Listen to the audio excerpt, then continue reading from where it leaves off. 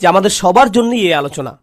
এই আয়াতগুলো সম্পর্কে আমি আপনাদের বলেছি, এর মানে এই নয় যে আমার এগুলোর দরকার নেই, এমন নয় যে আমি জান্নাতের গ্যারান্টি পেয়ে গেছি, আপনারা এখনো পাননি, বরং আমাদের সবার অবস্থা একই। এখানে আল্লাহ তাদের সম্পর্কে বলছেন যারা ইসলাম সম্পর্কে কথা বলে।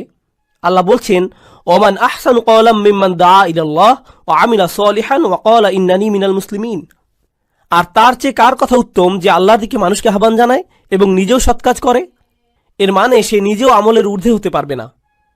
শুধু কথা বলাই যথেষ্ট না, তার নিজেকেও আমল করতে হবে।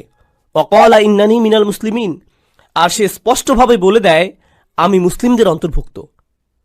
এর দুইটি অর্থ, এক, সে মুসলিম হিসাবে গর্বিত, আর দুই, সে নিজেকে অন্যান্য মুসলিমের চাইতে উত্তম মনে করে না, সে নিজেকে বেশি ভালো মনে করে না।